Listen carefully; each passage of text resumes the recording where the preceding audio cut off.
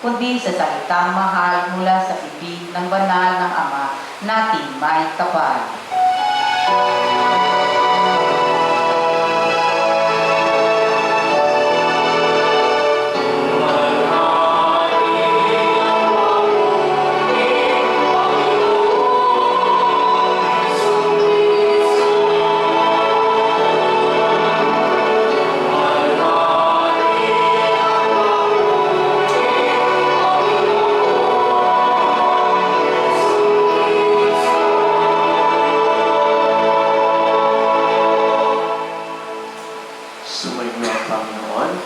Sumainyo rin. Ang mabuting balita ng Panginoon ayon kay San Lucas. Papuri sa iyo, Panginoon.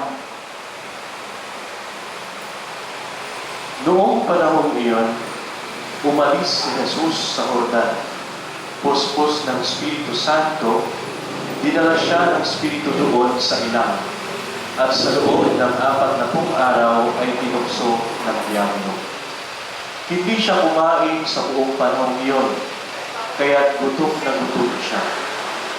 Sinabi sa kanya ng diablo, "Kung ikaw ang anak ng Diyos, iutos mo na maging tinapay ang mga batong ito." Ngunit sinagot siya ni Jesus, "Nasusulat, hindi labang sa tinapay nabubuhay ang tao." Dinala siya ng diablo sa isang napakataas na lugar at sa isang saglit ay pinakita sa kanya ang lahat ng kaharian ng sanlibutan. "Ibibigay ko sa iyo ang lahat ng kapangyarihan at kadakilaan ng mga kaharian ito," wika ng diablo.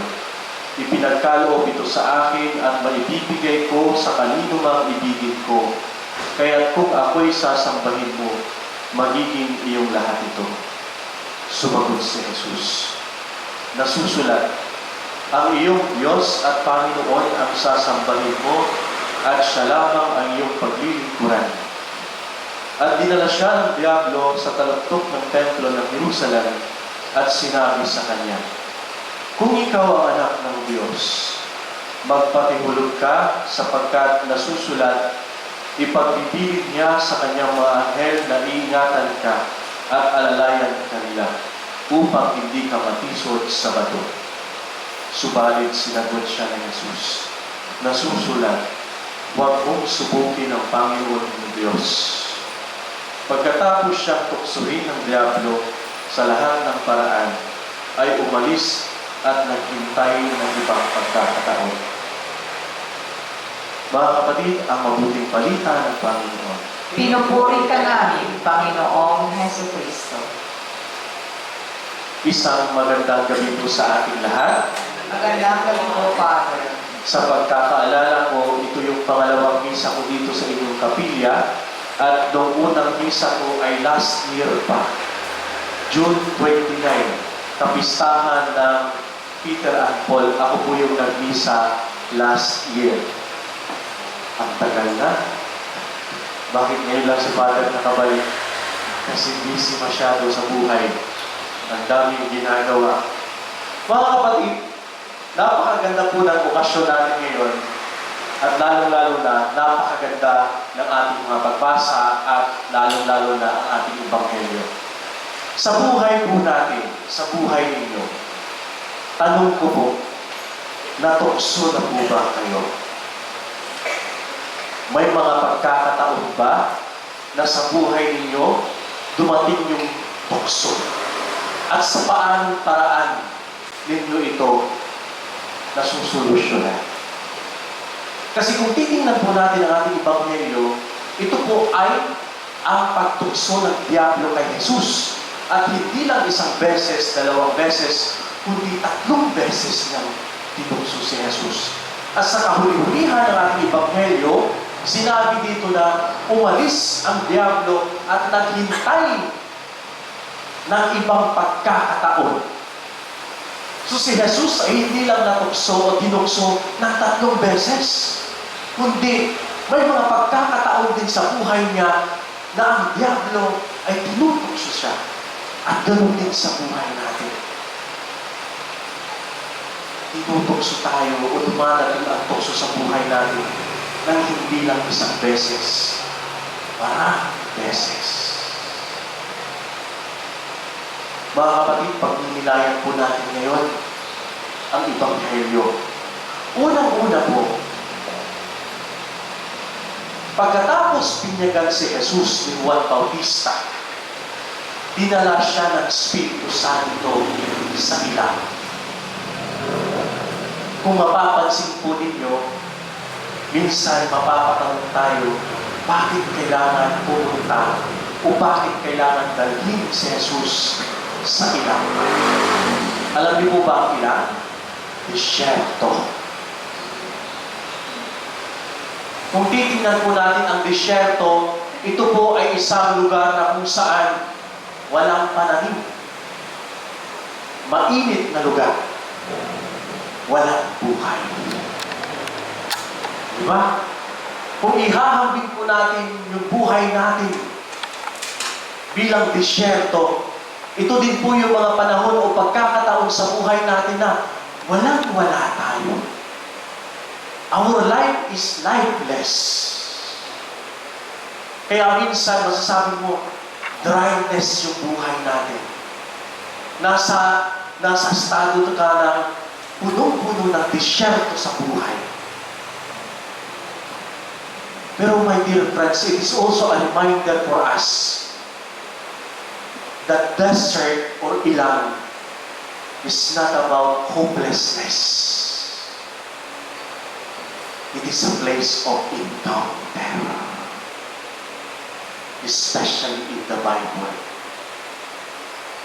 Kung titingnan po natin yung mga santo, kung titingnan po natin yung mga propeta, halimbawa na lang si Propeta Elias, si Moises, bakit kailangan dalhin ng Diyos itong mga propetang ito sa ilang? Para makausap nila ang Diyos.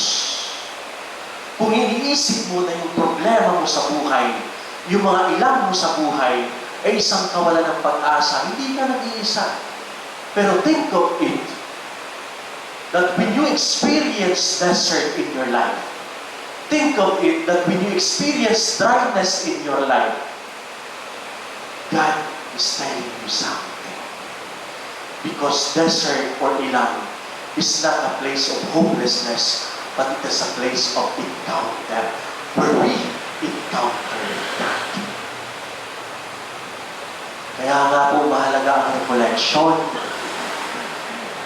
na kung saan tayo ay magninilay, na kung saan balikan natin ang sarili natin, nasaan na tayo.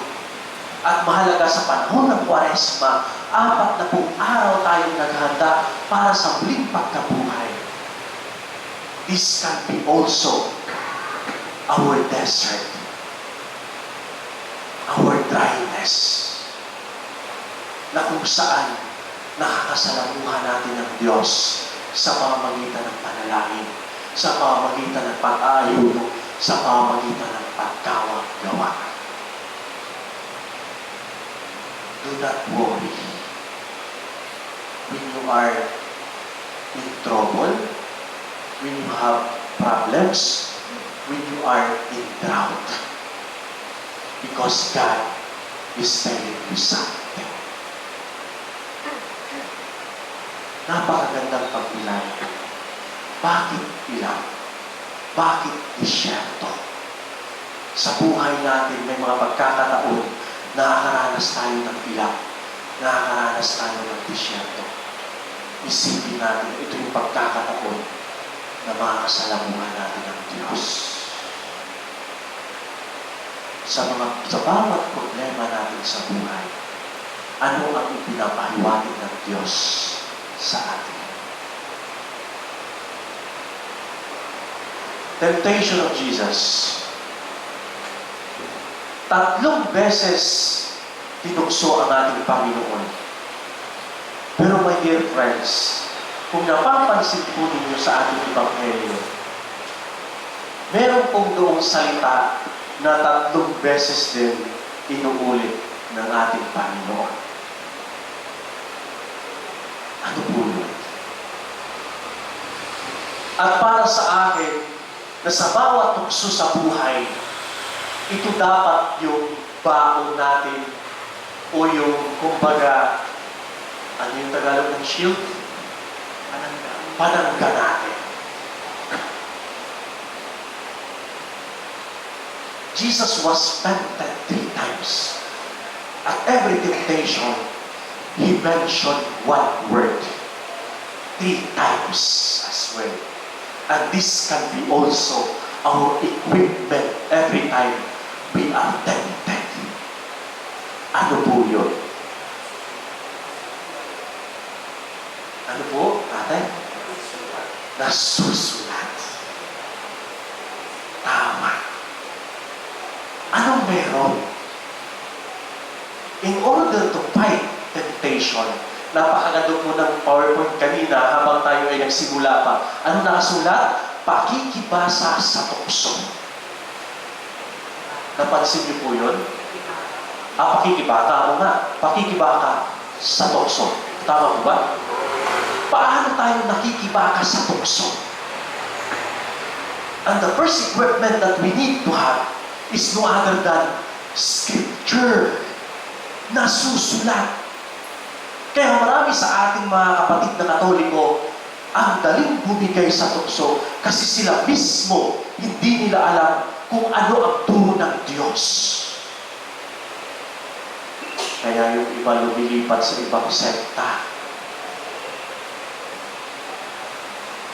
That is the first requirement.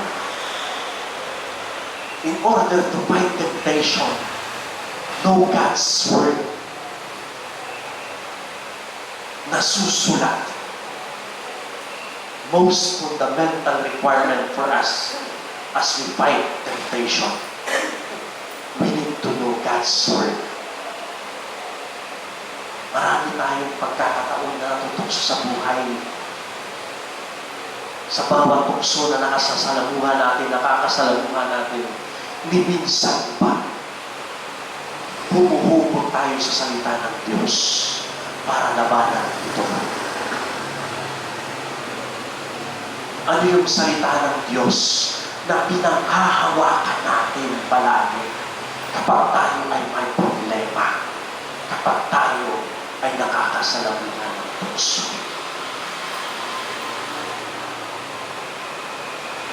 Ang sagot po ay nasa ikalawang pagbasa.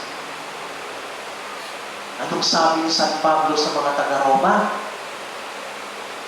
Kung sino yung mga nananalig at nananampalataya sa Diyos, kahit ano pang dumating sa buhay nila, hanggang sila'y tumatawag sa Diyos, sila'y maliligtas at hindi mabibigo. Minsan po kasi, my dear friends, whenever we encounter problems in life, we forget our identity as who we are.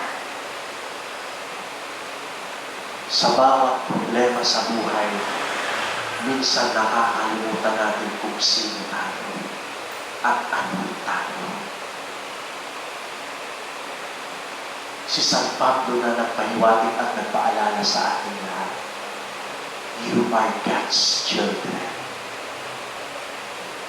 At normal lang bilang mga anak ng Diyos, kahit mismo si Jesus ay nakasalamuhan ng tukso. Pero kailangan natin itong labanan.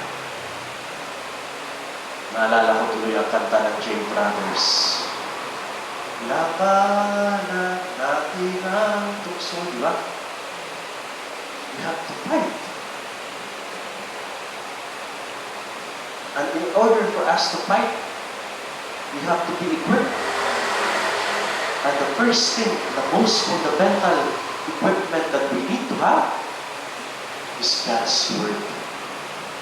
Nasusulat. Yun po ang mensahe sa atin sa unang linggo ng Kwaresma.